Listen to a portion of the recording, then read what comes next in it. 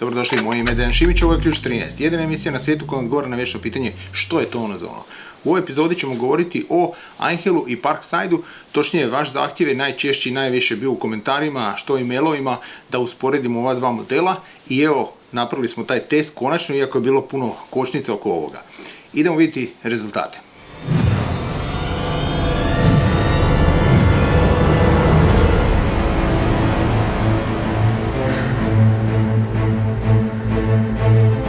Prije nego što krenemo u recenziju i točnije testiranje ova dva alata, želimo naglasiti da je ovo jedan od najčudnijih zahtjeva vaših da se ovo testira, da se ovo usporedi jedno sa drugim, jer ovo je kao da idemo usporediti kaki i jabuku sa avokadom.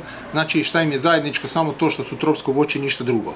Tako isto ova dva alata, znači oba dva su udarni odvijači ili izvijači i to je sve što im je zajedničko, ovo ostalo sve apsolutno nije isto.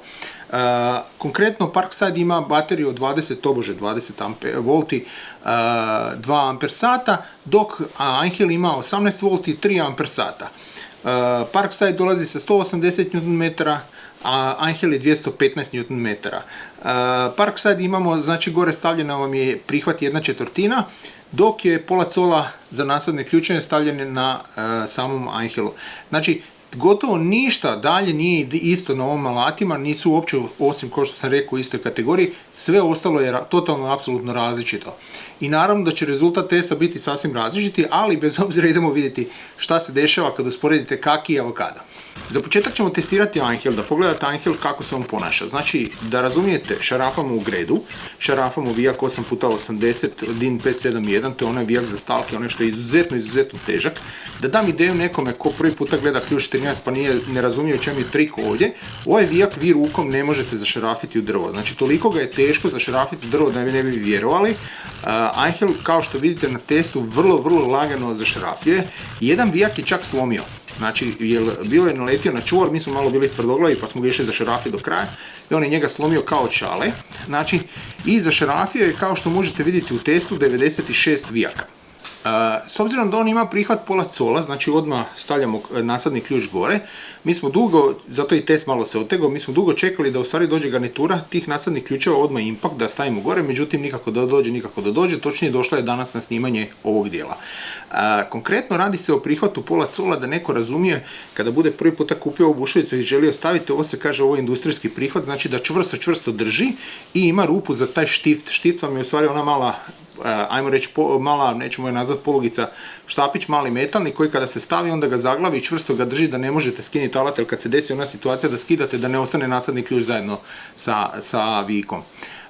Sam alat se pokazao izuzetno dobar na testu, znači da imate osjećaja pod rukom, to je alat, on radi svoj posao, zvuk je dobar, snaga je dobra, prenos snage je dobar, odlično se ponaša, nema oscilacije u radu, znači nema toga da vi osjetite kako on pada cijelo vrijeme testa, kako gubi snagu i tako dalje. Znači ponašao se sve do zadnjeg vika i onda zadnji vijak je rekao neću zašarafiti, to je to. Znači odličan prolaz na testu, vrlo dobar. Kada gledamo kaki i jabuku kako se ponašala na testu, ono što možete odmah primijetiti kada krenete ovakav test raditi sa 8x80 vikom, znači morali smo koristiti adapter, stavili smo adapter, prelaz, znači na nasadni ključ jer nemamo direktni prelaz, znači morate tako nešto napraviti i krenuli smo zašarafiti. Kao što možete vidjeti, test je izuzetno kratak, samo 29 vijaka i to je to. Znači završen je cijeli test. Ono što vam odmah mogu reći, znači prvi problem koji se dešava, a to je da imate konstantni osjet da pada snaga. Znači on konstantno gubi snagu. On njega na silu zavrće, znači do kraja vijak, ali vi osjetite kako on krene pod navodnicima veselo i onda odjednom izgubi snagu. Znači jednostavno kao da se izgubi snaga u tom zašarafljivanju. I drugi problem koji ćete odmah primijetiti ako imate ovakva dva alata kod sebe u ruci, da ovaj vrti izuzetno većim obrtajima, dok ovaj vrti, ja bih to ovako rekao, normalnim obrtajima. Ovo je više napravljeno da bi se zašarafljivali samo bušeći vici u metal, nego što je napravljeno za nešto drugo. Čak nije ni dobar za iver vike, mogu to tako slobodno reći, jer su obrtaji previsoki, nisu pripremljeni za iver vike ili vike kao što se sad pokazivo, znači da idu nekakav metal ili nekako drvo, apsolutno definitivno nije alat za to. Drugi problem, osim tog gubitka, ja iz iskustva znam kada ga koristim intenzivnije na manjem poslu, onda on dobije jedno čudno ponašanje, to je da se strašno grije. Znači nevjerojatno brzo i nevjerojatno lagano se grije. Ja bih rekao ovako, spasi vas to što baterija ne može izdržati puno i onda brzo se crkne i onda kad crkne vi tamo ga možete stići ohladiti jer se baterija puni sat vremena. To mu je jedina pod navodnicima prednost gdje se nećete opeći, nećete se stići opeći, iako je Parkside lijepo nalijepio, pazi vruće je. Da neko ne misli, Einhell se isto tako grije, znači on je zato i napravio ovo aluminijsko tijelo, znači zato je on napravio ovako sklop, zagrijala se i osovina, zagrijao se sam nasadni ključ i sve, dosta visoku temperaturu je postigao, međutim, ono što sam rekao, vi nemate kao kod ovog alata, vi pokušavate već držati sa svih strana da bi on zašarafio taj vijak ili ošarafio, dok ovdje i dalje radite sa dva prsta i to i nemate potrebe da idete ovdje rukom, eventualno ga držite čisto zbog pravca.